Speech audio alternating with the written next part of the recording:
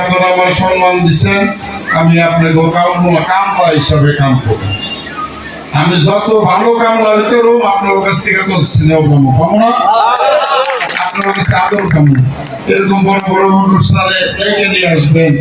হ্যাঁ, এই যে বৌদি আমার একটা পাঞ্জাবি উপহার দিচ্ছে, তারপরে ফুল উপহার দিল, উত্তরে উপহার দিল, এগুলো তো প্রাপ্তি। আরো বেশি করে প্রাপ্তি হবে আমার যত ভালো কাজ করবো।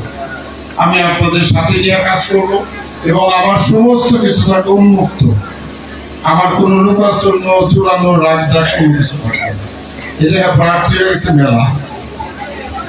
এখন আমাকে বয়োজ্যেষ্ঠ প্রার্থীও আছে, যেমন আমাদের দৌলতপুর জেলা আওয়ামী লীগের সাবেক সাধারণ সম্পাদক, মানিকগঞ্জ জেলা আওয়ামী লীগের 2 বারের সদস্য আমার ফরিদ আহমেদ ফরিদ ভাই।